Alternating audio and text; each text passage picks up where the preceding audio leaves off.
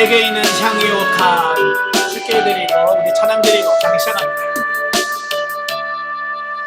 내게 있는 향이 욕함 주께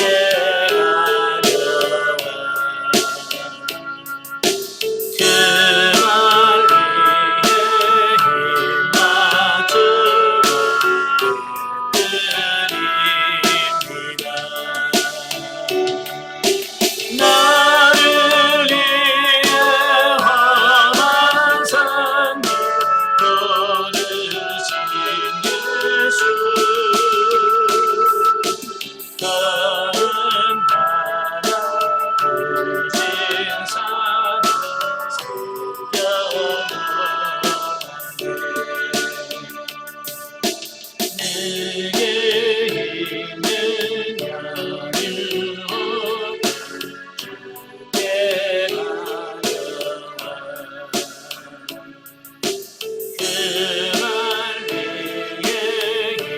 가져와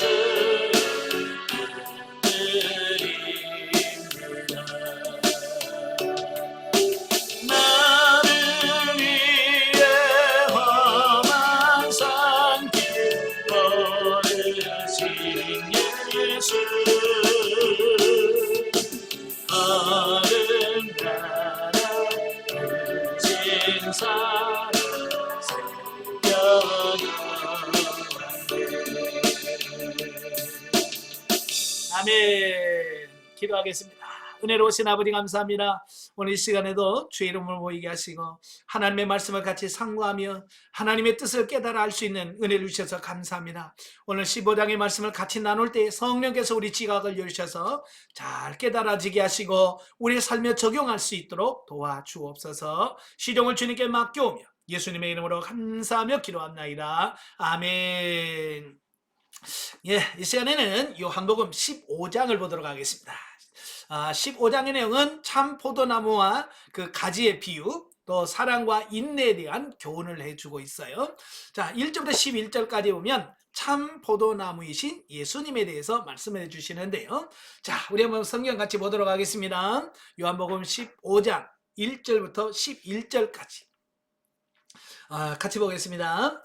나는 참 포도나무요 내 아버지는 농부라.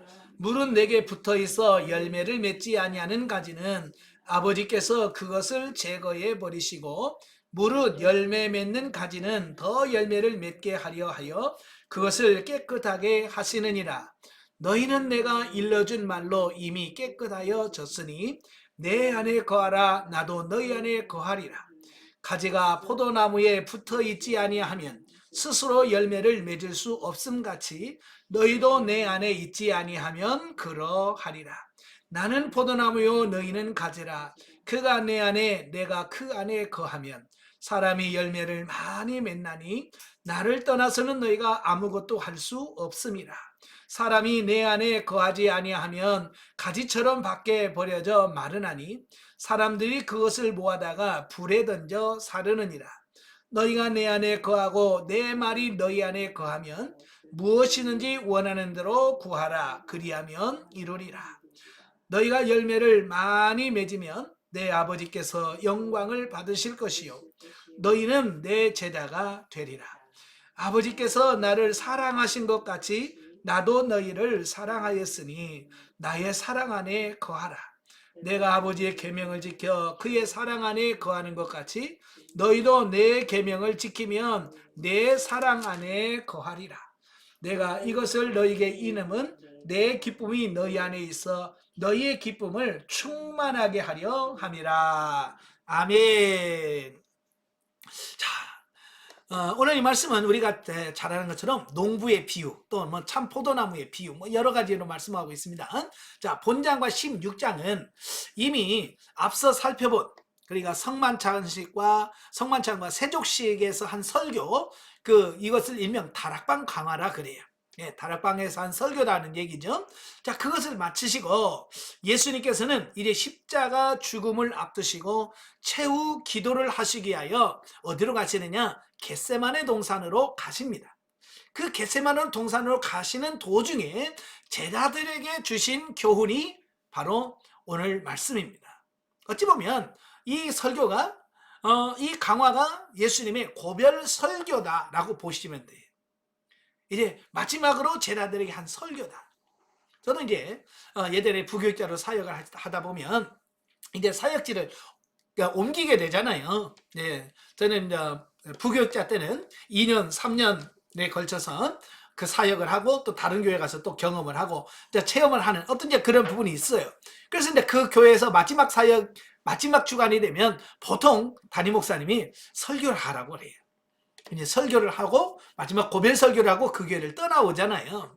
자, 그러면 그 고별 설교하면서 뭐 농담이나 뭐 이런 거 하겠습니까? 아니잖아요. 마지막 그 교회를 떠나면서 그 교회에서 사역 중에 느끼고 깨달아진 여러 모습들, 또 고마웠던 이야기들, 뭐 이런 것들을 또 그 교회가 고쳤으면 좋겠다고 하는, 수정했으면 좋겠다라고 하는 어떤 이런 부분들을 정말 그 교회에 유익하고 도움이 되는 이런 말들을 했어요. 네. 마찬가지로 예수님도 이 마지막으로 제자들에게 한 설교인데 대충 하시겠어요? 정말 이들에게 정말 중요한 거, 그죠? 꼭 기억해야 될 것, 이런 중요한 이야기들을 했을 거라는 거예요. 자, 그런 의미에서 오늘 예수님의 고별 설교라고 보시면 됩니다. 그래서 잘 들으셔야 돼. 자, 본문에 그 나오는 포도나무의 비유는 예수님께서는 자신을 뭐로 비유하냐면 참 포도나무에 비유를 합니다.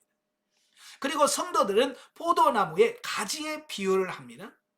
또 동시에 성부 하나님을 포도원 농부에 비유함으로써 상호 간의 연합 관계에 대하여 교훈하고 있다라고 하는 겁니다. 그러니까 이 포도나무 열매가 맺기 위해서는 그냥 포도나무만 있었으면 안 되고요. 여러 가지 갖춰야 될 조건들이 있어요.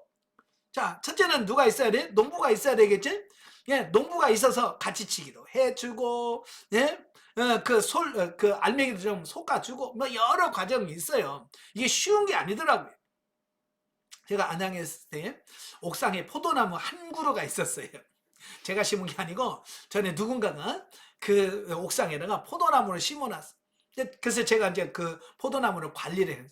그 포도 열매를 좀 먹어보려고요. 제가 얼마나 신경을 많이 썼는지 몰라요. 이런 부분도 껍질 싹 벗겨주고, 예? 나무에는 껍질 다 벗겨주고, 가지치기 해주고, 예? 또 가지치기 해준 거기에서 나오는 포도 알맹이가요, 따닥따닥 붙어 있으면 이게 막 터지고요. 이게 안 돼. 그래서 이게 솎아줘야 돼. 알맹이가 너무 많으면 이렇게 대충대충 얼기설기 이렇게 해줘야 이게 막 커지거든요. 그래서 열심히 하면 또 새들이 와서 다 먹지. 예, 또 벌들이 와서 쏘면 또 쫙쫙 쪼개집니다. 예, 자, 제가 거기서 거의 8년을 목회를 했는데 8년 동안에 제대로 포도를 한 번 딱 먹어보기 1년 한 번이에요. 그만큼 포도 거두기가 쉽지 않더라고요. 물론 이제 큰 농장을 하신 분들이야 뭐 하겠지만 그 한 그루도 하는데 너무 힘들어. 왜 하나님께서 그 포도나무 비유를 드렸을까? 저는 이제 그 하나무를 키우면서 깨닫는 게 많아요. 야, 이게 보통 일이 아니구나. 포도나무 이게 열매 맺는 게 쉽지 않구나. 예. 그래서 농부가 열심히 그걸 일을 해줘야 돼. 가지치기도 해주고 열심히 하셔야 돼. 그 다음에 중요한 게 뭐냐면 포도는 원줄기예요. 예. 포도나무에서 원줄기가 나오거든요. 자, 그 원줄기가 얼마나 튼튼하고 뿌리를 잘 내리느냐. 그리고 나서 이제 봄이 되면 새순이 나옵니다. 이 가지들이 거기서 원줄기에서 나와요. 그 원줄기에서 나온 그 가지, 열매는 어디서 열리냐면 원줄기에서 안 맺습니다. 새로 난 가지에서 열매를 맺어요. 그래서 이 가지를 정말 열매를 잘 맺을 수 있는 튼튼한 가지를 남겨놓고 나머지 부실한 것도 다 잘라줍니다. 예. 자, 그래야 거기서 열매를 맺게 됩니다. 그러니까 농부와 포도나무 줄기와 이 포도나무 가지, 이게 연합해서 하나 잘 되어야 열매를 맺을 수 있다는 거예요. 자, 아마도 예수님께서는 당시에 그 팔레스틴 지방에서 많이 재배되고 있던 포도나무와 관련된 비유를 통해서 제자들에게 영적인 진리를 좀 더 명확하고 실감 있게 전달하려고 했다는 것이죠. 야, 비유라고 하는 것은 뭐예요? 예, 영적인 부분을 잘 알아들을 수 있도록 쉽게 이야기하는 건데 너무 어려우면 그게 그 비유로 하는 의미가 없잖아요. 그죠? 그래서 비유는 항상 우리 주변에 있는 누구라도 알 수 있는, 그 이스라엘은 어디를 가도 포도원이 있어요. 예, 사실 이 이스라엘은 이 수질이라고 그러죠. 수질이 별로 안 좋아요.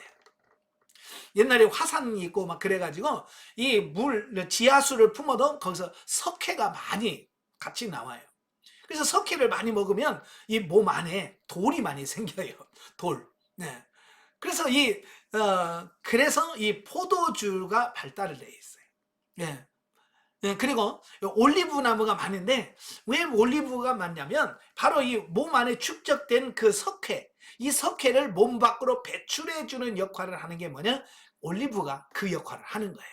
그래서 마치 우리나라 김치 먹듯이 유대인들은 항상 밥상에 올리브 나무 열매로 만든 그 반찬이 항상 있어요. 예, 왜냐하면 수질 자체가 문제가 있기 때문에 그런 거거든요. 그래서 이 포도원은 어디나 가도 다 있는 겁니다. 자, 그런데 하나님을 농부로 그리고 이스라엘 백성들을 포도나무로 비유하는 표현들은 구약 성경에도 종종 있었다는 겁니다. 그러니까 예수님만 처음으로 이 포도나무 비유 이야기한 것이 아니라 이미 구약에서도 이스라엘을 포도나무로 비유한 이야기들이 선지자를 통해서 많이 나오고 있어요. 특히 시편 80편 8절부터 13절, 또 이사야 5장 1절부터 7절, 또 예레미야 2장 21절, 에스겔서 15장 1절부터 8절, 호세아서 10장 1절. 다 여기 보면 전부 다 이스라엘을 포도나무로 비유를 들어요. 그래서 성경에 나오는 포도나무는 주로 이스라엘을 상징한다라고 보면 되겠죠. 하지만 구약의 이스라엘 백성들은 하나님의 기대와는 달리 좋은 포도 열매를 맺지 못하는 불량한 들포도나무로 표현되는 경우가 대부분이라는 겁니다. 그러니까 이거 무슨 말이에요? 이 이스라엘을 포도나무로 비유를 하는데 여러분 포도나무를 심은 이유가 뭐겠어요? 예, 좋은 열매, 좋은 포도를 얻기 위해서 포도를 심는데 이 농부가 열심히 해서 농사를 지어놓으면 여기서 진짜 좋은 포도가 열려야 되는데 들포도가 열리네.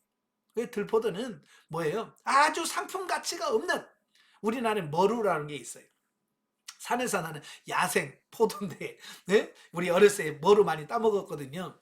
예, 그냥 어쨌든 이렇게 따먹으면 좀 맛있긴 해요. 그러나 상품 가치는 없어. 마찬가지로 이스라엘 백성들 하나님께서 열심히 했지만 열매가 없는, 열매 맺지 못하는 어떤 그런 모습을 포도나무지만 열매 없는 포도나무에 비유를 하고 있다라고 하는, 다시 말하면 이게 실패작이다. 하나님이 이스라엘을 포도나무로 심었지만 실패했다라고 하는 부분을 보여준다라는 말씀이에요. 자, 그런데 이에 반해서 예수님은 자신을 구약에서는 포도나무를 이스라엘로 비유했는데 이 본문에서는 포도나무를 자신 예수님에다가 비유를 했다는 거예요. 이게 약간의 차이가 납니다. 자, 이걸 비유함으로써 불순종과 타락의 모습을 보인 구약의 이스라엘과는 달리 온전한 순종과 헌신을 하나님께 바칠 새 이스라엘의 모범으로 자신을 계시하셨다라는 사실입니다. 예.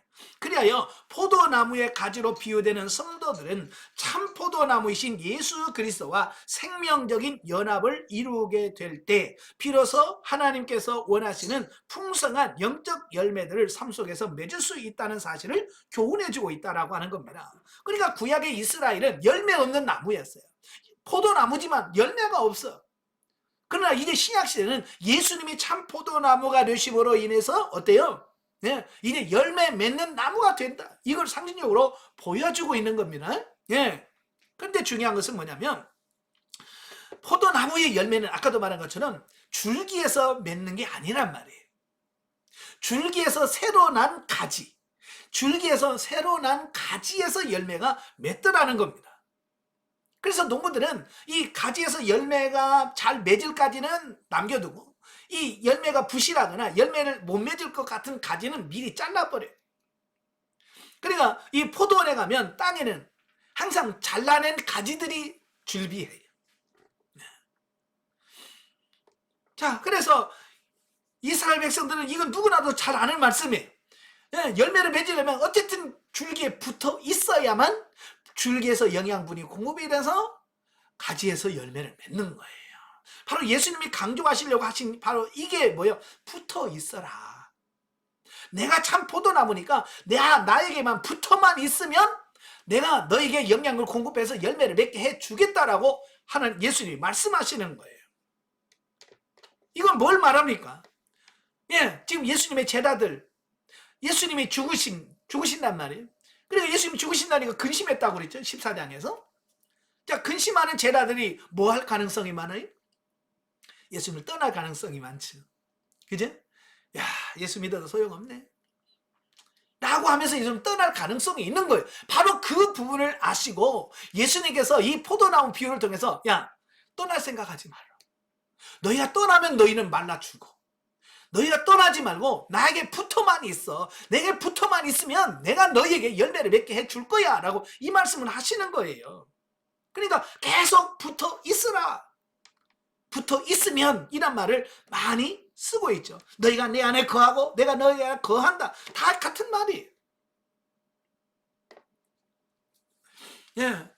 그리고 아울러 참으로 예수 그리스도를 떠나서 영적인 생명을 유지할 수 있는 사람이란 결코 존재하지 않으며 오로지 예수 안에 거할 때만 가능하다는 교훈도 함께 하고 있다라고 하는 겁니다. 그러니까 가지가 잘리면 어때요? 잘리는 그 순간 그 가지는 말라 죽어요. 살 수가 없어요. 붙어 있어야만 거기서 열매를 맺을 수 있다라고 하는 겁니다. 자, 여기서 붙어 있는다라고 하는 것은 뭘 의미하며 관계를 의미해요. 관계. 붙어 있으면 관계가 있는 거고 떨어지면 관계가 없는 거예요. 결국 우리가 열매를 맺느냐 못 맺느냐라고 하는 것은 하나님과 내가 붙어 있냐 떨어져 있냐 이거예요. 자, 오늘 우리가 내가 하나님과 붙어 있는가, 내가 지금 주님과 떨어져 사는가, 요게 중요한 거예요. 붙어 있다면 나는 사는 거고 떨어졌다라고 하면 죽는 겁니다. 아시겠죠? 그러면 붙어 있는 방법은 뭘까? 예, 붙어 있는 것은 뭘까요? 예, 늘 하나님께 묻고 하나님 말씀에 순종하는 거예요. 제가 늘 하루에 100번 이상 물으라고 그랬죠. 왜? 묻는다는 것은 주님과 내가 관계를 맺고 있다는 뜻이거든요. 예, 관계를 맺고 있다는 뜻이에요. 그러니까 늘 내가 지금 관계가 있나 없나, 하나님 어떻게 할까요? 주님 어떻게 할까요? 주님 어떻게 하지요? 라고 자꾸 물으면 주님과 내가 관계가 있다는 의미거든요. 그리고 주님께서 말씀하신 바로바로 순종하는 거. 물론 쉽지 않아요. 저도 해보면 이게 쉽지는 않아요. 그러나 이게 어렵다고 안 하면 열매가 없어요. 우리가 힘들다고 어렵다고 안 하면 열매가 없다고요. 그러면 열매 없는 가지는 어떻게 해야 된다고 그랬어요? 자른다고 그랬어요. 자르는 순간 죽는 거예요. 그러니까 우리가 힘들고 어렵다 할지라도 늘 하나님께 묻고 주님께서 말씀하신 대로 순종할 때 우리에게 좋은 열매를 맺게 된다는 거 꼭 기억하시면 좋겠습니다. 자, 12절부터 17절까지 보겠습니다. 12절부터 17절 다 같이. 내 계명은 내가 너희를 사랑한 것 같이 너희도 서로 사랑하라 하는 이것이니라. 사람이 친구를 위하여 자기 목숨을 버리면 이보다 더 큰 사랑이 없나니 너희는 내가 명령하는 대로 행하면 곧 나의 친구라. 이제부터는 너희를 종이라 하지 아니하리니 종은 주인이 하는 것을 알지 못함이라. 너희를 친구라 하였노니 내가 내 아버지께 들은 것을 다 너희에게 알게 하였음이라. 너희가 나를 택한 것이 아니요 내가 너희를 택하여 세웠나니 이는 너희로 가서 열매를 맺게 하고 또 너희가 열매가 항상 있게 하여 내 이름으로 아버지께 무엇을 구하든지 다 받게 하려 함이라. 내가 이것을 너희에게 명함은 너희로 서로 사랑하게 하려 함이라. 아멘. 자, 사랑의 새 계명. 그러니까 첫째 붙어 있으라 라고 말씀하시고, 두 번째로 뭐냐면 내가 준 사랑의 새 계명을 실천해라. 이 두 번째, 예, 이게 중요하다는 얘기예요. 자, 본문에서 성도들 상호 간의 마땅한 관계와 책임에 관해서 언급을 하고 있어요. 자, 그런데 이런 성도 상호 간의 관계는 이미 13장 34절 35절에서 소개한 바가 있는 예수님의 새 계명, 내가 너희를 사랑한 것 같이 너희도 서로 사랑하라고 하는 무조건적이고 희생적인 예수님의 사랑을 근거하고 있다라고 하는 겁니다. 그러니까 예수님께서 말씀하신 여기서 말하는 사랑은 그냥 육신적인 감정적인 사랑 이걸 말하는 게 아니라 바로 앞에 13장에서 말한 새 계명을 말하는 거예요. 새 계명에서 말하는 사랑, 그 사랑이 뭐예요? 내가 너희를 위하여 내 생명을 바치는 것처럼 너희도 나를 나처럼 그렇게 사랑해라 라고 하는 이게 새 계명이거든요. 바로 그렇게 사랑하라는 얘기입니다. 자, 우리가 영성훈련을 받고 수료해서 내가 이제 생명 단계의 삶을 산다고 합시다. 이 생명 단계의 삶이란 뭐냐? 바로 이 생명 단계란 형제를 사랑하면서 사는 거예요. 만약에 내가 생명 단계예요, 나 수료했어요 라고 말하면서 사랑하지 않는다면, 미워한다면 이건 그런 사랑, 그 생명 단계에 들어가지 못했다는 얘기예요. 아직 생명적인 삶을 살고 있지 못하다는 얘기입니다. 그러니까 정말 중요한 거예요. 생명 단계의 삶은 뭐예요? 사랑의 삶이에요. 사랑하면 생명 단계고 사랑하지 않으면 생명이 아닌 거예요. 그래서 우리가 생명 단계에 들어가게 되면 우리가 서로 사랑하려고 몸부림치고 애써야 되는 거예요. 예. 그래서 고린도전서 13장 1절부터 3절에 보면 그 고린도 교회를 향해서 사도 바울이 사랑에 대해서 쭉 설명을 하잖아요. 왜 사랑 얘기를 할까요? 예, 고린도 교회는 자기들이 은사가 잘 나타난다고 자랑하면서 서로 분파가 나뉘어서 서로 나눠지고 그러잖아요. 바로 그런 교회에다가 사랑이 아니면 아무것도. 그래서 1절에 뭐라고 했어요? 너희가 천사의 말을 하고 하나 뭐 방언을 한다 할지라도 사랑이 없으면 이 우리는 깽다리에 불과하다. 너희가 너희 몸을 불사르게 내어줄지라도 사랑이 없으면 아무것도 아니다. 예, 사랑이 있어야만 그게 진짜가 생명이 된다. 그 얘기를 하고 있는 거예요. 오늘 우리가 생명당에 들어왔다고 하면서 미워하면 그 생명이 아니에요. 사랑이 들어갈 때 은사가 되고, 예? 봉사가 봉사가 되고, 섬김이 되어지는, 사랑하지 않으면 의미가 없어요. 그래서 서로 사랑하려고 애써라. 그 얘기를 하고 있습니다. 자, 이는 누구든지 예수 그리스도 안에 거하여 그분과 생명적 연합을 이룬 자들은 그분의 사랑을 본받아 실천해야 한다라고 하는 가르침인 거예요. 만약 스스로를 예수 그리스도 안에 거하는 자로 여기면서도 주님께서 친히 십자가에서 모범을 보이신 사랑을 자신의 삶 속에서 구체적으로 실천하지 않는다면 그 사람은 진정 예수 안에 거하는 자가 아니라고 하는 의미를 갖고 있습니다. 그러니까 우리는 나는 하나님, 예수님 안에 거합니다. 나는 생명 단계입니다. 나는 생명이 됐어요. 영성이 됐어요. 라고 말하면서 사랑이 없다면 이건 뭐예요? 거짓말하는 거다. 요한일서 4장 20절에서 뭐라고 말씀합니까? 예? 보이는 형제를 사랑하지 못하면서 보이지 않는 하나님을 사랑한다라고 하는 말은 거짓말이라는 겁니다. 그래서 눈에 보이는 이 형제를 사랑할 수 있어야 돼.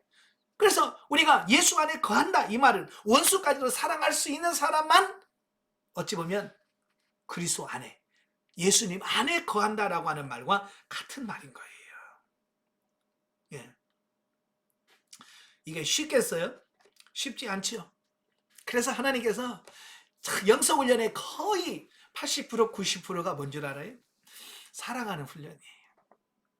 원수 같은 사람 붙여주고, 예? 이해할 수 없는 사람 붙여주고, 그래서 이해하려고 노력하고 사랑하려고 애써야 이게 생명으로 되어지는데 많은 사람은 그걸 몰라. 여러분 사랑하시길 바래요.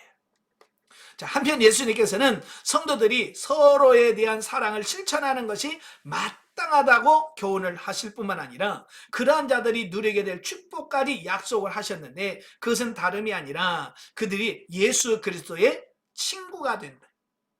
예, 서로 사랑할 때 비로소 예수님과 뭐가 된다고요? 친구가 된다. 예, 친구가 된다라고 말씀해주고 있습니다. 그래서 친구가 된다고 하는 말은 하나님의 신령한 비밀을 깨달을 수 있는 축복을 가리킨다라고 14, 15절에서 말씀해주고 있습니다. 그죠? 친구들 간에 친한 친구들은 정말 비밀까지 다 털어놓잖아요. 그죠? 안 친하면 그냥 일반적인 얘기만 하고 진짜 비밀은 절대로 얘기 안 해. 왜? 안 친하니까. 그래서 예수 그리스도와 친하면, 친구가 되면 우리가 영적인 부분들을 많은 부분을 깨달아 알게 된다는 말씀입니다. 자, 그러므로 그래서 진실한 사랑은 창조주와 피조물의 관계를 친구의 신분으로 연합시키는 일조차 가능하게 만든다. 이게 언제 가능하냐? 진실하게 사랑할 때. 진실하게 사랑할 때 하나님과 우리가 친구 사이가 될 수 있다라는 얘기예요. 자, 그러므로 우리는 하나님의 사랑을 입은 자녀답게 예수 그리스도께서 우리를 사랑하신 것 같이, 아멘. 예수 그리스도께서 우리를 사랑하신 것 같이 우리도 서로 사랑하는 그런 성도들이 되어야 된다라고 말씀해주고 있습니다. 그래서 성도들이 거하는 곳곳마다, 우리 여러분들이 가는 곳마다 사랑의 열매들이 풍성하게 맺는 그런 역사가 일어나야 된다, 그 말입니다. 자, 바로 이것이 우리를 더 이상 종이 아니라 자녀로 부르신 하나님의 부르심에 합당하게 행하는 바른 길이다. 이걸 16, 17절에서 말씀해주고 있어요. 내가 너희를 택한 이유가 뭔 줄 아냐? 바로 이렇게 서로 사랑하면서 많은 영광을 나타내는, 바로 이걸 위해서 내가 너희를 불렀다라고 말씀합니다. 우리는 사랑보다 뭐에다 신경 쓰냐? 봉사, 일에다 초점 맞죠. 물론 일도 중요하죠. 그러나 사랑하면서 일을 해야 그게 생명이 됩니다. 자, 대부분 우리가 이런 강의를 들어보면서도 실제로 잘 안 되는 게 사랑이에요. 정말 많은 사람들이 이 사랑이 중요하다는 거 다 알아. 근데 실제로 사랑해야 될 때 사랑을 못 한단 말이에요. 이게 진짜 그래요. 그래서 우리가 왜 하나님과 교제가 잘 안 되냐? 왜 하나님 음성을 잘 못 듣냐? 아까 말한 것처럼 하나님과 친구가 안 되는 거예요.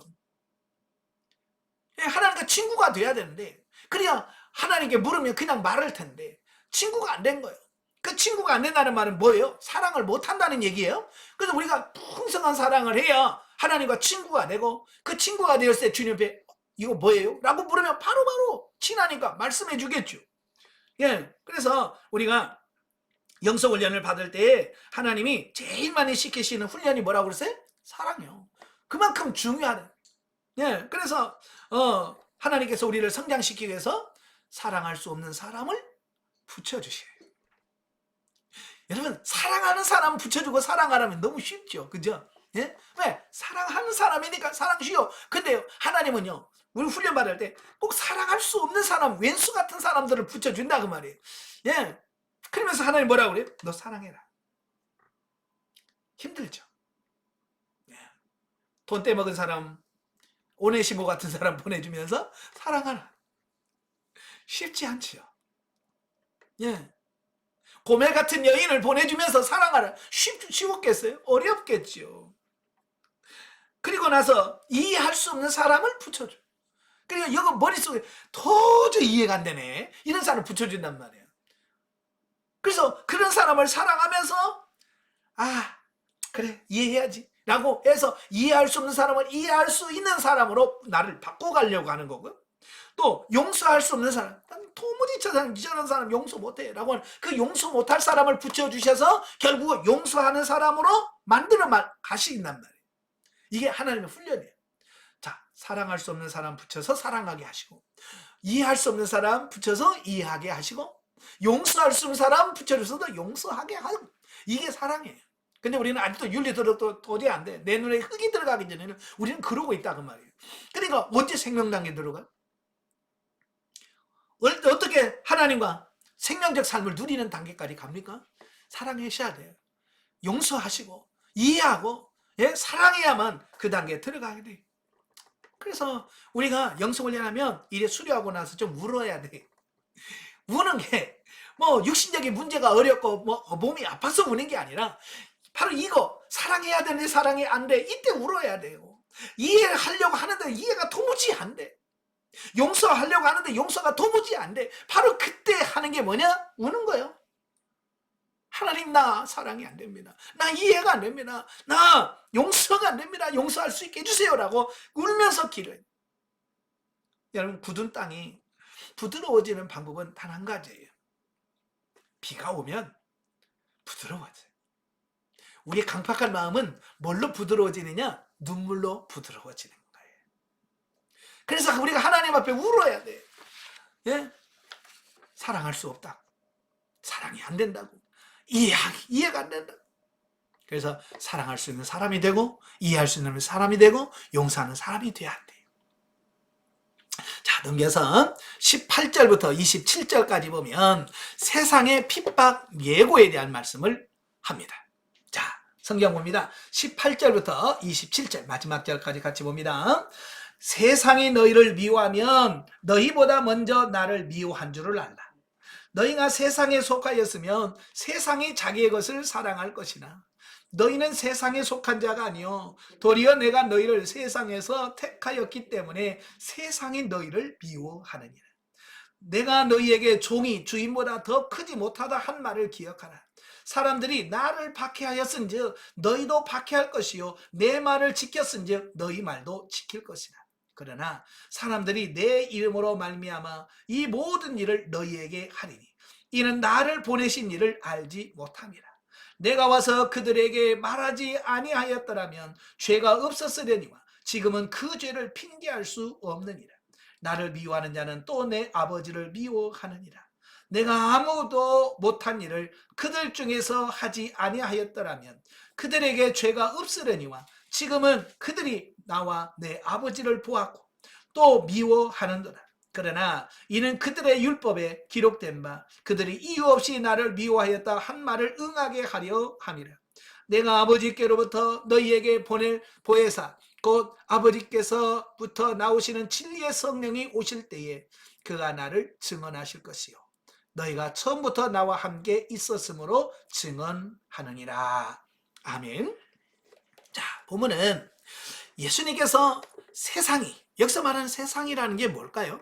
여기서 말하는 세상이라고 하는 것은 하나님을 알지 못하는 육적 사람들의 세계, 이걸 세상이라고 그래요. 하나님을 알지 못하는 세계, 육신적인 사람들의 그 세계를 우리가 세상이라고 말합니다. 그래서 예수님께서는 세상이 예수님 자신과 또 자신들의 제자들을 미워하게 될 것이다 라고 말합니다. 이유가 있습니까? 아니요. 나를 미워한 것처럼 너희를 그냥 미워하는 거예요. 아무 이유 없어. 그래서 세상 사람들 교회를 욕합니다. 이유가 뭐예요? 이 핑계 저 핑계 됩니다만은 그냥 싫은 거야. 그냥 싫어. 즉 서로 적대 관계에 놓이게 될 것을 예고하는 말씀이다. 이는 곧 어둠이 빛을 싫어하여 대적하는 것과 같은 원리다. 그랬어요. 자, 요한복음 1장에도 그러죠. 빛이 세상에 오면 세상이 어떻게 했어요? 미워했다고 그랬어요. 왜 그럴까요? 예, 어두운 가운데 빛이 들어오면 어떻게 돼요? 예, 어둠 속에 있는 모든 것이 다 드러나 버려요. 그렇잖아요? 예, 여러분 깜깜한 방에 온통 뭐 다 어지러워도 뭐 어지러운지 뭐가 압니까? 그냥 어두우니까 아무것도 안 보여. 그러니까 이 어둠 속에 있는 사람들은 그게 죄인지 그게 문제인지 모르면서 그냥 살아가는 거야. 그냥 그러면서 아 사람들 다 그렇게 살아 라고 살아간다. 근데 말이요, 누가 들어와서 불을 탁 켜는 순간 어떻게 돼? 예, 그 어둠에 있던 모든 것들이 다 드러나는 거야. 그러니까 이 어둠에 사는 사람들은 빛을 제일 싫어하는 거예요. 세상 사람들은 교인들, 예수 믿는 사람들을 싫어하는 겁니다. 왜? 예수 믿는 사람은 보면 자기들의 죄가 드러나, 자기들이 하는 행동이 드러나, 자기들의 잘못이 드러난단 말이야. 그러니까 그게 싫은 거야. 그래서 아예 그냥 빛 대신 빛이 되는 성도들을 미워해서 그들과 함께 있지 못하고 쫓아내버리는 겁니다. 예, 먼저 예수님께서는 성도들이 이 땅에 사는 동안 예수 그리스도로 말미암아 핍박당하는 것은 결코 우연한 것이 아니라 필연적이라는 사실을 말씀하셨습니다. 예, 그러니까 어찌 보면 우리가 예수 믿는다라고 하는 말은 고난은 필수다 그 말과 같은 거예요. 그래서 고난이 필수다라고 하는 것은 피하지 말라는 거예요. 그래서 고난은 통과해야 되는 거예요. 아시겠죠? 그래서 우리가 많은 사람들이 영성훈련 받으면서 왜 성장하고 싶고 성숙하고 싶은데 왜 성장이 안 되고 성숙이 안 되냐? 이 고난을 통과해야 되는데 이 통과를 안 해요. 그냥 계속 거기서 힘들다고 어렵다라고 자꾸 거기서 원망과 불평만 하고 있지 그걸 통과할 생각을 안 하는 거예요. 어제 어느 분한테 카톡을 받았어요. 그 카톡을 하면서 뭐라고 그래요? 차라리 천국 갔으면 좋겠다라는 표현을 합니다. 얼마나 힘들었으면. 그분은 이미 수년 전에 영성훈련을 수료하신 분이에요. 왜 그럴까요? 예, 바로 지금 많은 문제가 오는 거야. 근데 그 문제를 내가 통과해야 되는데 그 문제를 통과할 생각을 안 하고 그냥 거기서 힘들다 어렵다 그러니까 자꾸 거기서 뭐예요? 마치 다람쥐가 쳇바퀴를 돌면 어때요? 자기 딸은 열심히 달리잖아요. 열심히 달리는데 멈추면 다시 그 자리에 와 있어. 그지? 그와 똑같다 그 말이에요. 예, 통과하셔야 돼. 제가 그래서 그 고비를 넘겨야죠. 넘기지 못하면 똑같습니다. 그래서 우리가 이 고난이 오면 그걸 감사함으로 받고 빨리 그걸 넘어가는 그런 삶이 돼야 된다 그 말이에요. 통과하셔야 돼. 즉 세상이 성도들을 미워하고 핍박하는 것은 그들이 예수 그리스도를 미워하기 때문임을 분명히 가르쳐주고 있습니다. 그러니까 내가 미워서가 아니에요. 내가 미워서 미워하는 게 아니라 내가 믿는 예수님 미우니까 나도 미운 거예요. 한번 생각해 봐요. 남편이 미우면 남편 닮은 자식들이 다 미운 거예요. 그죠? 반대로 아내가 미우면 아내 닮은 딸이 미웠겠죠. 예? 바로 이런 거예요. 그와 똑같은 원리. 사실 성도들이 예수 그리스도께 속한 자가 아니라면 결코 세상은 성도들을 미워하거나 핍박하지 않을 것이다. 그러므로 세상의 미움과 핍박을 받는다고 하는 것이야말로 우리가 예수 그리스도께 속한 자들이라는 사실을 확증해주는 역할을 한다라고 하는 겁니다. 아멘. 자, 여기서 중요한 게 이거예요. 고난이 있느냐 없느냐, 핍박이 있느냐 없느냐가 진짜 내가 예수님의 자녀냐 아니냐, 요게 결정된다라고 하는 말씀을 하고 있어요. 그래서 내가 정말 예수님께 속해 있다면 핍박을 받고, 내가 예수께 속해 있지 않았다면 세상이 미워하지 않는다는 거예요. 그러니까 이런 거예요. 정말 내가 지금 예수님 때문에, 신앙 때문에 핍박을 받고 있는가, 고난을 받고 있는가? 그러면 진짜 예수 잘 믿는 거예요. 그냥 예수 믿는다는 것 때문에 아무 핍박이 없습니다, 고난이 없습니다, 이건 뭐예요? 내가 예수께 속해 있지 않다는 뜻이에요. 이건 회개해야 될 문제예요. 아시겠죠? 근데 우리는 문제가 없다고, 평안하다고, 우리는 너무 행복합니다, 너무 좋아요 그러고 있다고 말이에요. 심각한 거 모르고. 뭐가 심각합니까? 내가 예수께 속하지 않은 게 심각한 거예요. 분명히 아시길 바랍니다. 자, 예수님께서 이러한 예고를 하신 이유는 성도들이 때때로 무고한 핍박을 세상으로부터 당하게 될지라도 결코 낙심하거나 두려워하지 않도록 하기 위함이다 라고 하는 겁니다.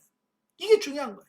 미리 예수님 말씀하심으로 그런 일이 왔을 때 예수님 말씀하시더니 진짜네, 그래서 낙심하지 않고 그래 그럼 이거 통과해야 되겠다 라고 하는 이 부분인 거예요. 오늘 한국 교회에서 많은 성도들이 고난만 오면 마치 가을에 낙엽 떨어지듯이 우수수 떨어집니다. 왜 그럴까요? 기복신앙 축복만 전했거든요. 예수 믿으면 잘 됩니다, 예수 믿으면 축복 받습니다, 이것만 가르치다 보니까 고난이 오면 이걸 견딜 능력이 없는 거예요. 왜? 맨날 그 축복만 받아왔기 때문에, 축복만 얘기 들어왔기 때문에 그런 거예요. 우리는 그냥 영성훈련은 인기 없죠. 왜요? 처음 인문 과정부터 죽어야 된다고 그러고 고난에 감사하라고, 고난이 복이라고 얘기하니까. 그래서 이 영성훈련을 받은 사람들은 어때요? 고난이 와도 넉넉히 버티는 이유가 우리는 고난이 축복이라는 사실을 듣고 배워왔기 때문에 그런 거예요. 이게 듣고 배워왔음에도 불구하고 고난이 오면 우리는 흔들려. 그죠? 근데 한 번도 안 들어봤다는 사람들은 흔들릴 정도가 아니고 기절해버린다는 거예요. 고난이 오면 그냥 뻗어요. 여러분, 고난이 와도 전혀 흔들리지 않기를 바랍니다. 그래서 따라서 성도들은 세상으로부터 미움과 핍박을 당하게 될 때 오히려 기뻐하며 하나님께 영광을 돌려야 된다라고 말씀해주고 있어요. 왜요? 우리가 하나님께 속한 자라는 뜻이고, 세상이 나를 예수님의 제자로, 예수님께 속한 자로 인정해줬다는 뜻이에요. 그래서 고난이 어쩌면 있는 게 문제가 아니라 없는 게 문제예요. 한편 예수님께서는 성도들이 세상의 미움과 핍박을 받을 때 보혜사고 진리의 성령으로 하여금 성도들을 도우시며 보호하실 것을 약속하신 겁니다. 그러니까 우리가 고난 중에 낙심하지 않을 이유가 바로 성령님을 통해서 보혜사를 보내주셔서 우리로 하여금 힘을 주시고 도와주시고 우리가 함께 하실 것을 말씀해 주고 있습니다. 자, 비록 온 세상이 성도들을 에워싸고 데려갈지라도 장차 보혜사 성령께서 성도들과 함께 계시면 도와주실 터이니 아무것도 염려할 필요가 없다라고 하는 사실입니다. 아멘. 자, 그러니까 이런 거요. 사람들은 고난이 오는 것을 두려워해요. 어찌 보면 고난이 오면 피하려고 합니다. 왜? 이건 본능이에요. 본능적인 행위예요.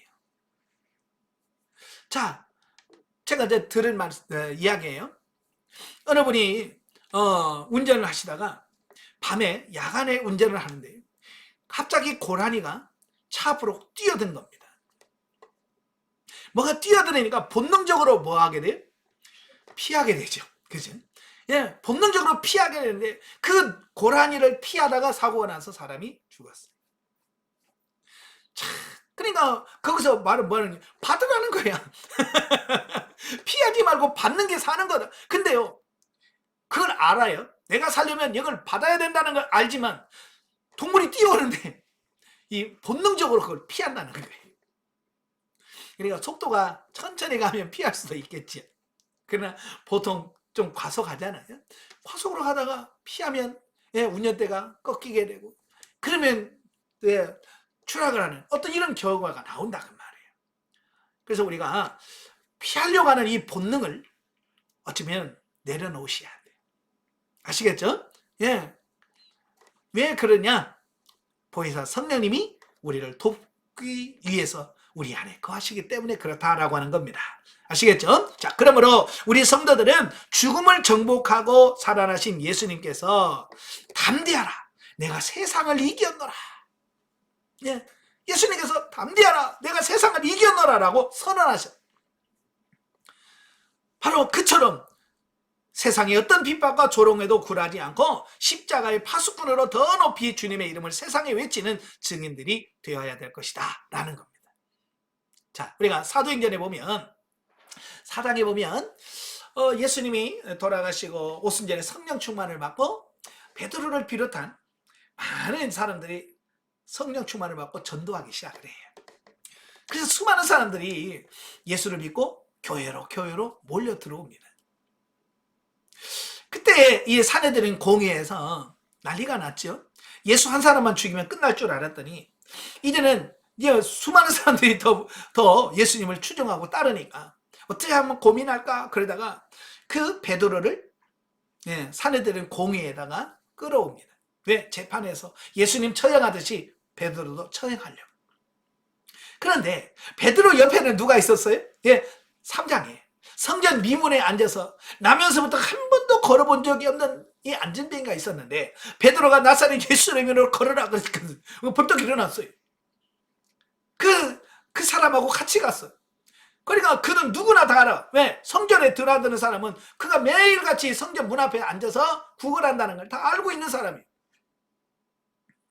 그 사람이 있으니 어떻게 할 수가 없는 거예요.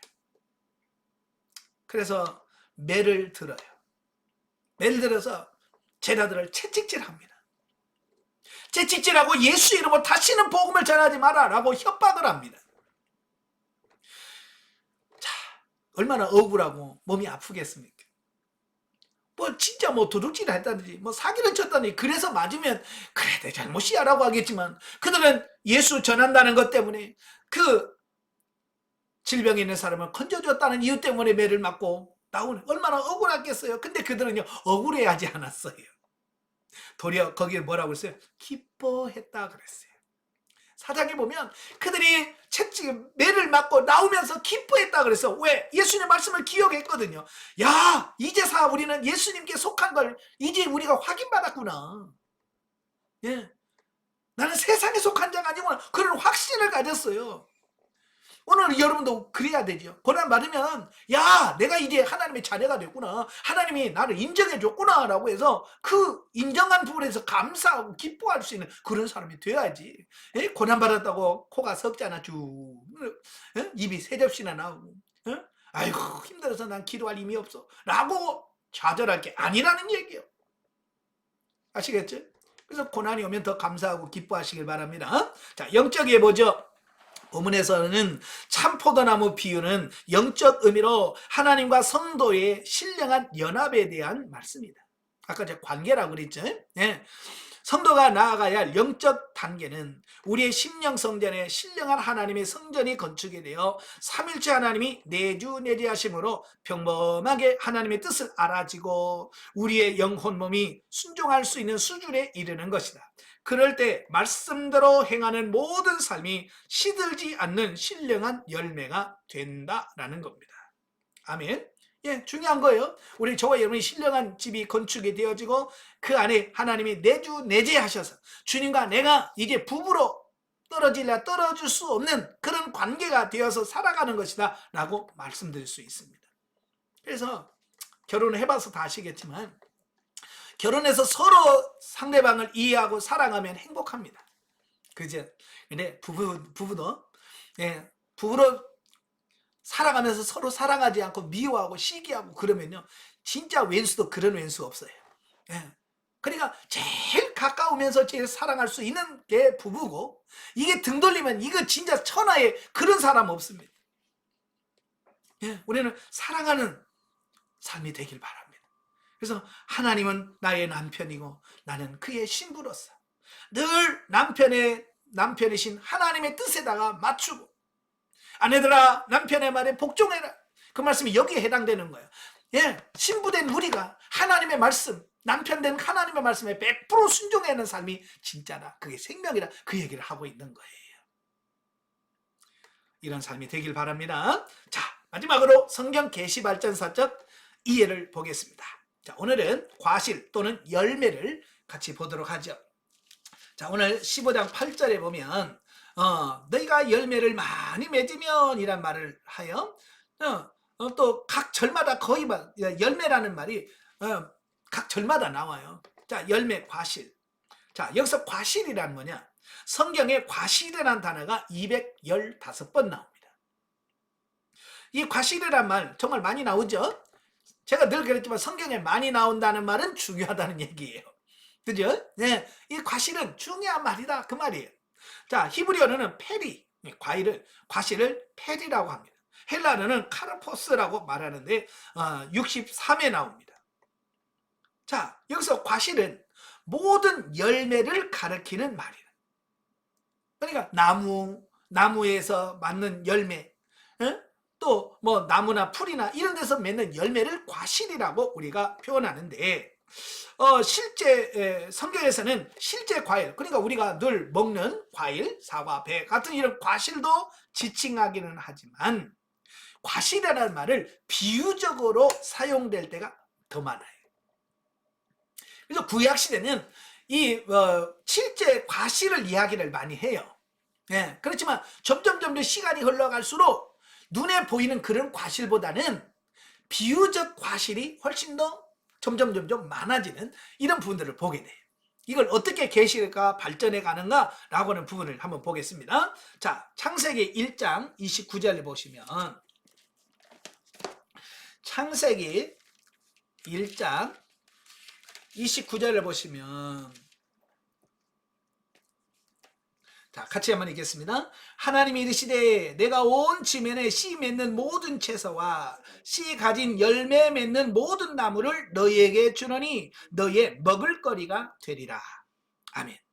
아마 최초에 하나님께서 지은 천지 창조한 그 나무 심은 과실에서 맺는 열매는 왜 열매를 맺게 했을까? 라고 하는 부분이에요. 바로 이것은 하나님의 형상으로 지음받은 사람들의 뭐예요? 식량이에요. 네. 그러니까 천지를 창조하신 하나님은 과실을 사람의 양식으로 주셨어요. 예. 그래서 우리 사람들은 이 치아 구조가 사람의 그 치아 구조가 이 과일을 잘 베서 먹고 씹고 할 수 있도록 이 치아 구조가 이 과일을 좋아하도록 만들어졌대요. 그래서 우리가 좋아하는 과실 말고 그 남해산 고기 있잖아요. 고기를 먹으면 항상 여러분 뭐 하셔요? 예, 식당에서 나오면서 하면서 이쑤시개를 꼭 갖고 나오잖아요.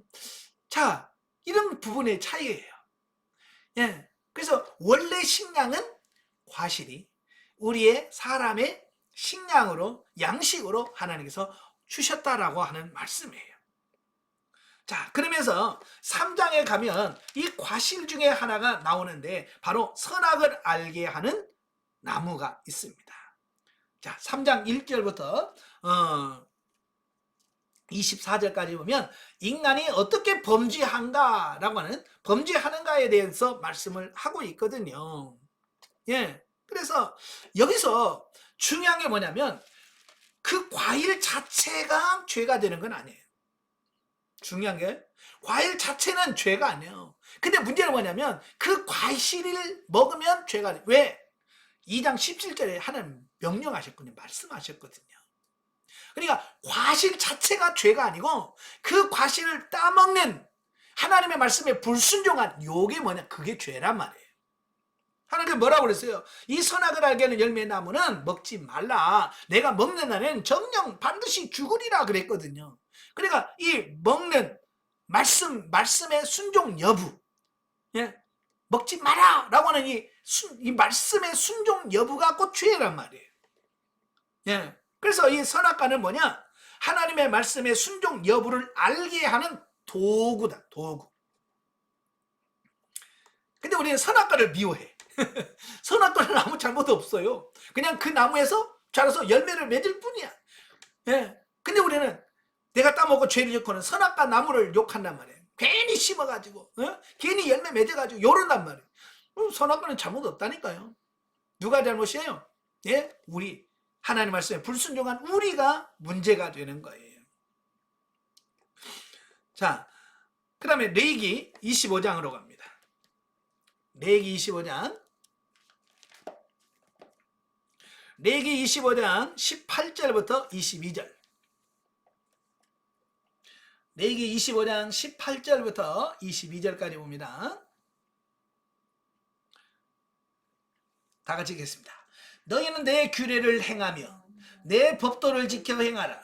그러야 하면 너희가 이 땅에서 안전하게 거주할 것이며 땅은 그것의 열매를 내리니 너희가 배불리 먹고 거기 안전하게 거주하리라. 만일 너희가 말하기를 우리가 만일 7째 해에 심지도 못하고 소출을 거지도 못하면 우리가 무엇을 먹으리요 하겠으나 내가 명령하여 6째 해에 내 복을 너희에게 주어 그 소출이 3년 동안 쓰기에 족하게 하리라. 너희가 8째에는 파종하려니와 묵은 소출을 먹을 것이며 9째 해에는 그 땅에 소출이 들어오기까지 너희는 묵은 것을 먹으리라. 아멘. 자, 예수님께 하나님이 안식년에 대해서 말씀을 하는 거예요. 안식년이란 6일 동안 일하고 7년 동안은 동사를 안 짓는 겁니다. 그러니까 사람들이 얼마나 걱정이 있어. 그러면 우리는 뭐 먹고 살아? 자, 그거죠. 예, 먹고 사는 문제에 심각한 고민을 갖고 있어. 그때 하나님 뭐라고 말씀하냐면 걱정하지 마라. 내가 6년째 3년 먹을 걸 내가 주어서 너희를 굶지 않고 살 수 있도록 해줄게 라고 말씀해주고 있습니다. 자, 여기서 우리가 잘 기억해야 되는 게 뭐냐면 우리는 열매를 많이 맺게 하는 게 어디에 달려있다고 생각하냐면 내가 얼마나 열심을 다하고 일을 잘하면 되는지. 자, 여기다가 초점을 맞춰요. 사실 저희 어머니도 농사를 지셨잖아요. 그래서 저희 어머님이 늘 어렸을 때, 제가 어렸을 때 늘 하는 얘기가 그런 거예요. 야, 땅은 절대로 거짓말하지 않는다. 내가 땅에 열심히 수고하고 내가 심은 대로 땅은 주더라. 게으르고 나태하면 그만큼 밖에 안 주고 열심을 내서 많이 가꾸고 사랑을 해주면 그만큼의 소출이 열린다. 저는 그렇게 배웠어요. 예. 그래서 이 식물들은 그 농부들이 오는 발자국 소리를 듣고 자란대. 예. 그런 말을 들으며 살아. 근데 성경은 뭐라고 말씀하냐면 농부가 아무리 뭘 열심히 해도 하나님이 열매를 주관하신다. 그래서 내가 소출이 많게 하고 잘 되게 하려면 뭐 하느냐? 하나님의 말씀을 듣고 순종해라. 그러면 그 열매는 내가 책임져 주겠다라고 말씀한다는 거예요. 그러니까 열매의 여부는 뭐에 달렸다고요? 하나님의 말씀에 순종하는, 하나님의 말씀을 순종하고 규례를 지키는, 바로 이것이 결국은 열매가 좌우된다라고 이야기하고 있습니다. 다시 말하면 이건 신약시대에 말씀하는 것과 많이 연결이 돼요. 하나님과 어떤 관계냐, 어떤 관계를 맺고 있느냐, 여기서 주는 열매의 결과가 있다라고 하는 사실이에요. 자, 성경에 보면 학개서가 나오죠. 학개서는 이스라엘 백성들이 바벨론에서 포로로 끌려갔다가 70년 만에 약 5만 명이 돌아와요.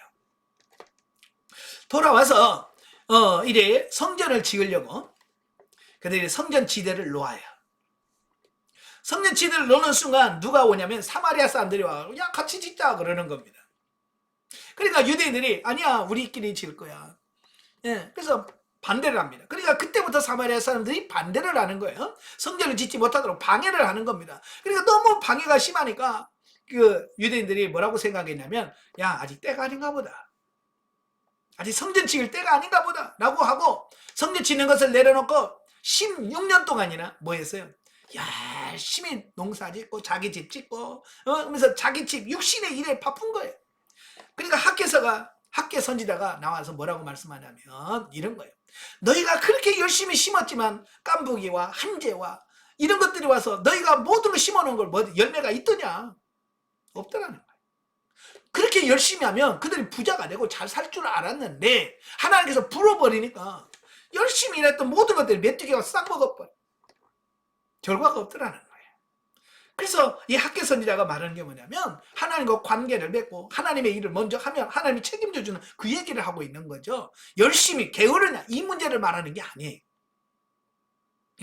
그래서 심지어 뭐라고 그래? 내가 불어버렸느니라. 내가 열심히 일어나서 싸워도 봐야 내가 불어버렸다. 또 뭐요? 열심히 벌어서 구멍 뚫린 전대는 뭐예요? 돈주머니.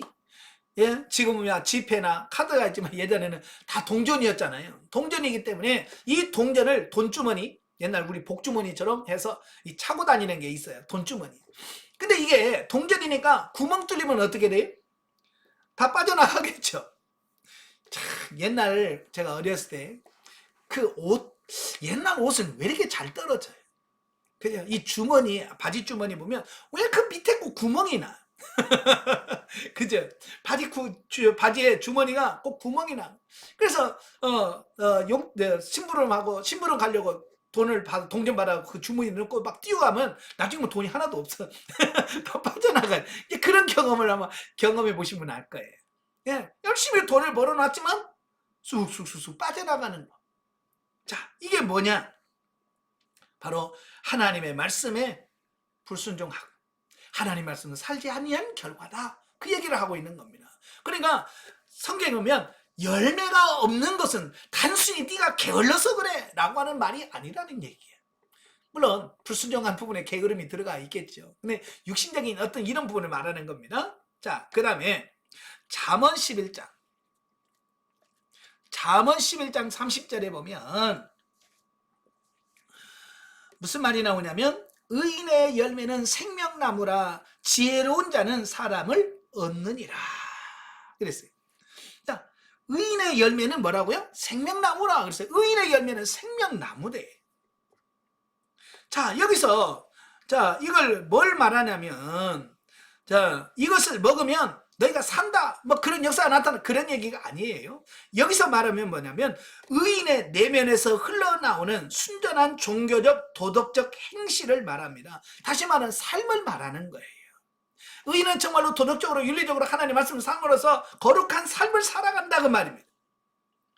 그 삶이 다른 사람에게 생명을 얻게 하는 영향력을 준다. 다른 사람을 구원하는데 많은 영향력을 미친다라는 얘기예요. 오늘날도 교회가 왜 부흥이 안 됩니까? 교회 다니는 사람들의 삶이 모범을 보여야 본을 보여야 사람들이 예수 믿는 사람들 저렇게 진짜 잘 살더라. 야 우리도 예수 믿으면 저렇게 살 수 있을까? 그럼 예수 믿어야 이래야 되잖아요. 그런 삶을 사는 성도가 있어요 없어요? 없죠. 교회만 얘기만 하면 욕을 하고 혈기를 내고 분을 품습니다. 왜요? 우리의 삶이 그들에게 의인의 삶이 안 나오니까. 우리의 의인의 삶이 안 나오니까 그런 거거든요. 그래서 우리 삶이 변화되셔야 돼. 정말 의인의 삶이 되어서 생명나무가 되는 이런 은혜가 있어야 됩니다. 아멘. 자, 이사야 3장 10절. 이사야 3장 10절 같이 보겠습니다. 다 같이. 너희는 의인에게 복이 있으리라 말하라. 그들은 그들의 행위의 열매를 먹을 것이며. 자, 여기서 의인의 열매, 의인에게 복이 있다. 그들의 행위의 열매를 먹을 것이다. 이 말은 무슨 말이에요? 삶의 행동, 삶의 열매를 의미하고요. 이건 행동을 뜻한다라고 하는 겁니다.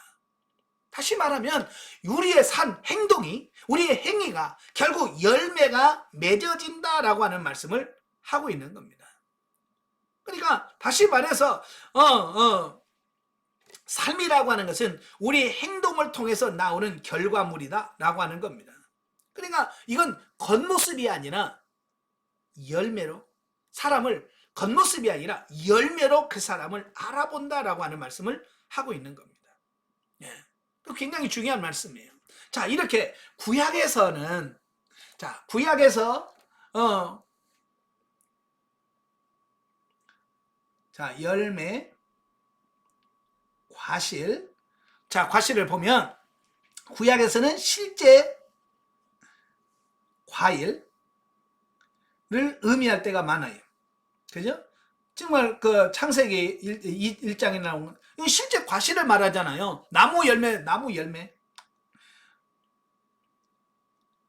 근데 시간이 가면 갈수록 뭐가 나와요? 비유적 표현이 많이 나와요. 그죠? 네. 시간이 흘러가면 비유적 표현이 나오는데 삶, 그다음에 행동, 행동의 결과. 이게 뭐냐? 이게 열매요. 과실이다. 이렇게 표현하고 있다 그 말이에요. 구약에서부터 이미 그냥 눈에 보이고 우리가 먹는 과실에다가 초점을 맞추고 있지 않다라고 하는 부분을 보게 돼요. 자, 신약시대에 넘어오면 이게 또 많이 달라져요. 네, 구약에서 변화된 그 부분이 계속 이어집니다. 자, 보세요. 자, 마태복음 7장. 마태복음 7장 15절. 마태복음 7장 15절부터 20절까지 보면, 자, 같이 보겠습니다. 마태복음 7장 15절부터 20절. 다 같이. 거짓 선지자를 삼가라. 양의 옷을 입고 너에게 나오나 속에는 노략질하는 일이라. 그들의 열매로 그들을 알지니 가시나무에서 포도를 또는 은근키에서 무화과를 따겠느냐. 이와 같이 좋은 나무마다 아름다운 열매를 맺고 못된 나무가 나쁜 열매를 맺나니 좋은 나무가 나쁜 열매를 맺을 수 없고 못된 나무가 아름다운 열매를 맺을 수 없느니라. 아름다운 열매를 맺지 아니하는 나무마다 찍혀 불에 던져지느니라. 이러므로 그들의 열매로 그들을 알리라. 그랬어요. 자, 그 거짓 선지자들이 많이 나온다 그 말이에요. 이 거짓 선지자는 모세 때부터 없을 때가 없었어요. 항상 존재하고 있습니다. 근데 그들을 어떻게 알 수 있느냐? 어떻게 그들을 알 수 있느냐? 예, 그들의 열매를 보면 안 되는 거야. 그 열매가 뭐라고 그랬어요? 그 사람의 삶의 결과. 아까 구약에서 말씀드렸잖아요. 비유적으로 이미 그들의 삶과 행동의 결과가 열매라고 하는 거예요. 그래서 이 열매, 삶의 결과, 열매를 보면 그들이 진짜인지 가짜인지 이걸 알 수 있다는 얘기예요. 아시겠죠? 이건 구약과 계속 맥을 같이 하는 겁니다.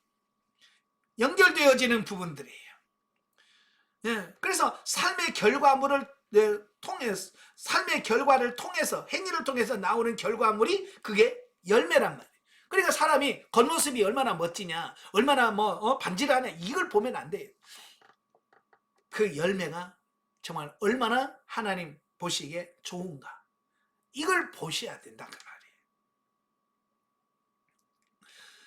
자, 요한복음 15장 오늘 본문이죠. 자, 오늘 요한복음 15장 7절부터 8절까지 보면, 요한복음 15장 7절 8절에 보면 다 같이, 너희가 내 안에 거하고 내 말이 너희 안에 거하면 무엇이든지 원하는 대로 구하라. 그리하면 이루리라. 너희가 열매를 많이 맺으면 내 아버지께서 영광을 받으실 것이요 너희는 내 제자가 되리라 그랬어요. 자, 여기서 뭐예요? 자, 열매, 삶의 결과. 자, 이게 좋으려면 어떻게 된다고요? 하는 주님과 관계를 잘 맺어야 된다. 예. 그래서 이 관계를 잘 맺으면 그 좋은 열매를 많이 맺게 된다라고 말씀해 주고 있습니다. 예. 그래서 관계가 잘 되면 열매가 많아지고 그 결과가 좋으면 하나님께서 뭐 하신다? 영광을 받으시게 된다라고 말씀해 주고 있습니다. 그래서 여기서 말하는 부분은 뭐냐면 바로 변화된 삶의 결과. 주님과의 관계가 좋은 사람은 삶에서 변화도 좋다. 자, 이걸 말씀해 주고 있는 거예요. 그래서 아까도 설명드렸지만 예수 그리스도와의 영적인 관계가 바로 이 열매를 좌우한다. 그러니까 여러분들이 늘 기도하시면서 주님과 내가 어떤 관계를 맺고 있는가, 정말 주님이 내 안에 내가 주님 안에 거하는 이런 신비적인 영적 결합이 이루어지고 있는가, 요걸 잘 보라 그 말이에요. 자, 그 다음에 로마서 7장 4절을 봅니다. 로마서 7장 4절에 보면 다 같이, 그러므로 내 형제들아 너희도 그리스도의 몸으로 말미암아 율법에 대하여 죽임을 당하였으니 이는 다른 이 곧 죽은 자 가운데서 살아나신 이에게 가서 우리가 하나님을 위하여 열매를 맺게 하려 함이라. 자, 여기서 말씀하고 있는 게 뭐예요? 이제 하나님이 우리를 불러서 예수를 믿게 하신 이유가 뭐예요? 예, 하나님을 위하여 열매를 맺도록 하기 위함이라 그 말이에요. 하나님을 위하여 열매를 맺도록. 보통 사람들은 누구를 위하여 삽니까? 나를 위해서 살잖아요.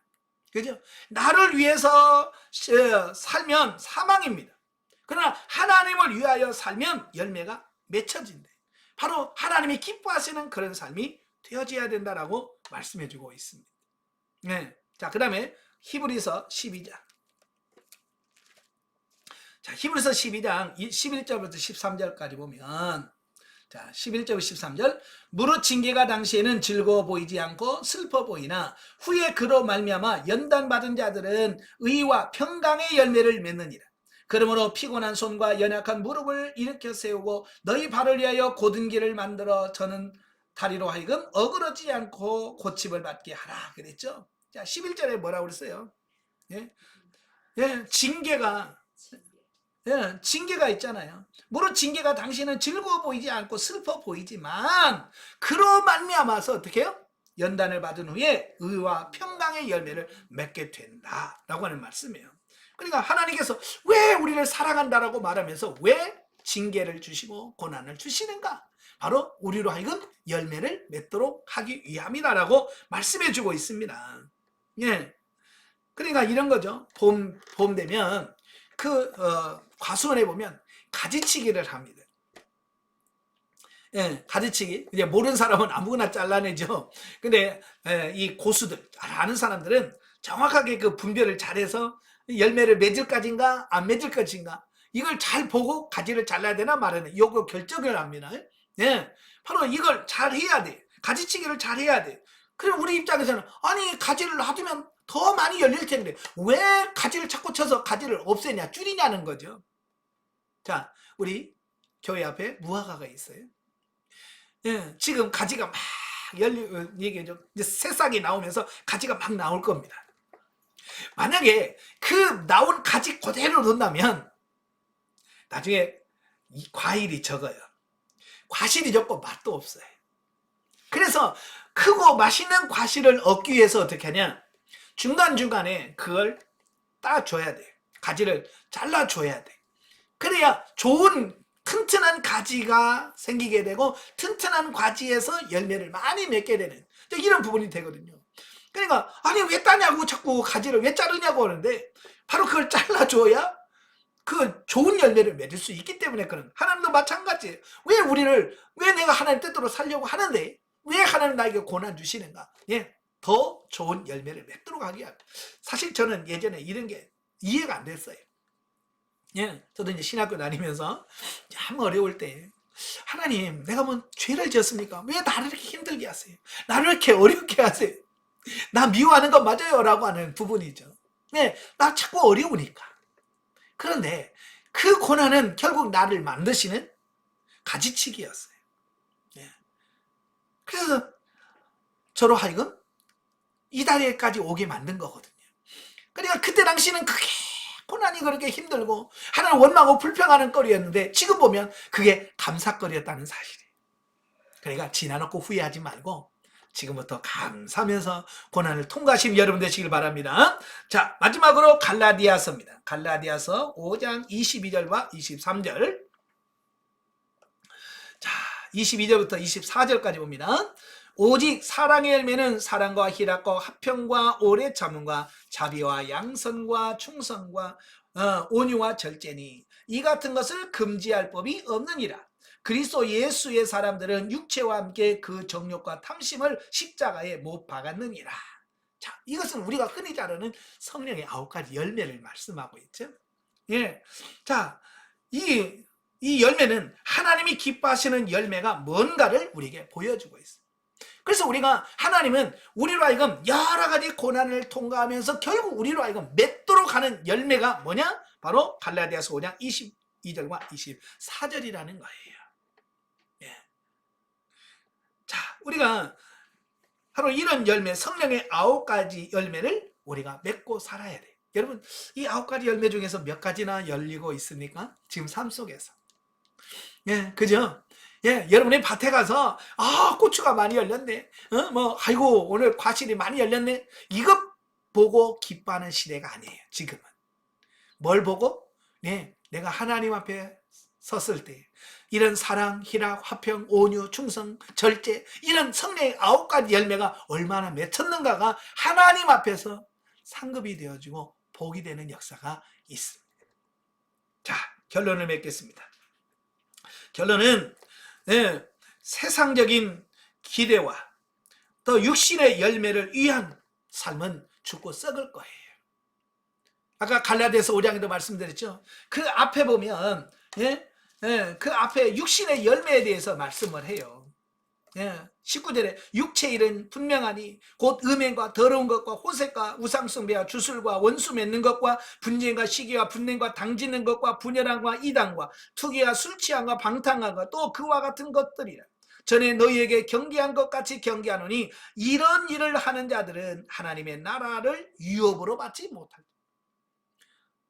이런 열매, 육신의 열매를 맺는 자는 하나님의 나라 유업을 받지 못한대. 천국 못 간대.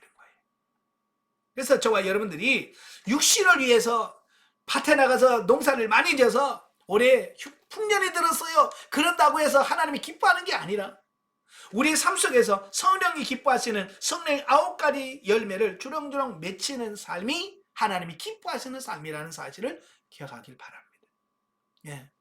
우리는 그러잖아요. 아파트 몇 평으로 확장 이전했습니다. 감사합니다. 이게 정말 기뻐할까요? 물론 기뻐할 일도 되겠죠. 그러나 그 육신적인 눈으로 보여지는 어떤 삶의 결과물보다는 정말 하나님 앞에서 맺혀지는 성령의 9가지 열매, 바로 이 부분을 가지고 얼마나 내가 이 열매를 맺고 사는지 여기다가 더 초점을 맞추고 바로 그 부분, 내가 변화된 삶에 대하여 감사하고 기뻐하고 찬송하며 사는 우리가 되어야 된다, 그 말입니다. 기도하겠습니다. 은혜로우신 아버지, 예수님은 포도나무시고 우리는 그의 가지라고 말합니다. 이 열매를 맺으려면 주님과의 생명적 관계, 붙어있는 삶이어야 된다고 말합니다. 하나님, 우리가 예수 그리스도와 붙어있게 하옵소서. 그 어떤 고난과 역경이 와도 떨어지지 않게 하시고 주님께 붙어있으므로 성령의 9가지 열매를 풍성히 맺어 하나님 앞에 영광을 돌리는 우리가 다 되어지게 하옵소서. 물론 과정에 힘들고 어려운 고난도 있을 겁니다.